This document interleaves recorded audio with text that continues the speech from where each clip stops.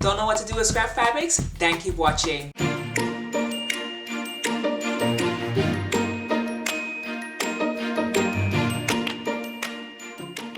I had this old Kente cloth from Ghana and now finally have a reason to use it. Tools listed that you need to make this notebook cover. All of this should be in your house already or easy to purchase online or in your local store. Don't forget to hit the bell when subscribing to be alerted to new videos.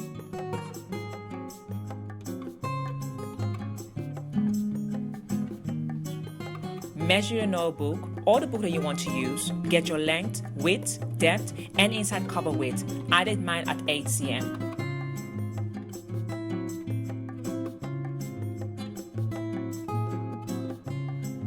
Write the dimensions on paper as you will cut your piece according to those measurements. Cut your fabrics in the right dimensions and don't worry if it consists of small pieces. I even had to trim mine on the top edge because it was a bit uneven. Just make sure you allow at least 1 cm seam allowance to sew the different pieces together. And yeah, it will all fit like a big puzzle. Use a backhand stitch to put together the pieces. You can also use a running stitch if you like.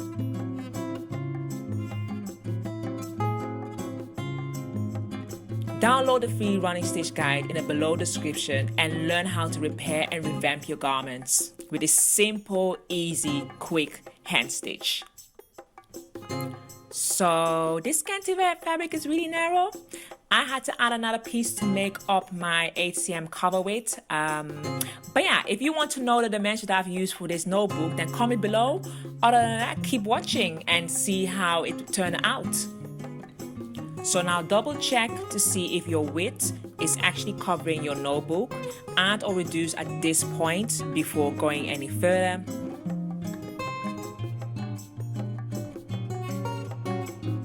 Then turn it around and sew the corners.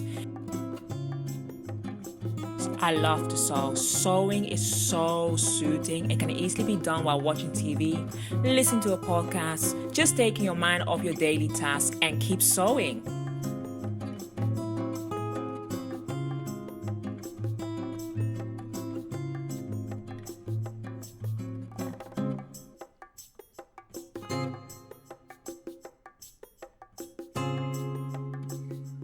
This can be a bit fiddly, but persist and slide it in.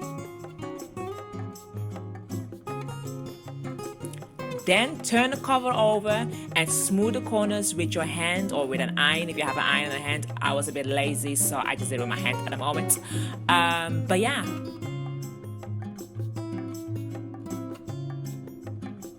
Then sew the sides, top and bottom edges with the running stitch for a neat finish. Another bonus of using the running stitch, you can easily decorate, you can easily sew pieces together. It's such a great stitch. Download the guide. So I created another one with a sewing machine lined as well in Ankara fabric. This was actually fabric that I used for another garment that I made, and I had spare fabric over, so I was like, I'll make another cover. And I added also beaded tassels to give it a little bit more of a African feel towards it, and I really like it. I got compliments of it as well, and I use this to write my church notebook because writing my church notes, I really want to feel like it's special. So I'm really glad that I'm able to make this and store all my notes for church in this note cover. And now I have 2 note covers, so if the other one is dirty, I can use another one. So I'm very happy. Creating a notebook cover is such a great gift idea for yourself or for somebody else that is really special to your heart. So let me know if you're gonna make one as well. Comment below. Okay, so this is my top safe timing tip.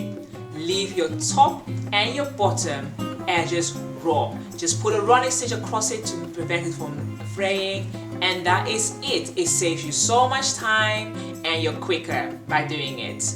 Let me know what you think. Comment below. Will you do it raw or will you just neatly finish it as how I did it? Like, subscribe for new upcoming videos, and until next time, bye bye.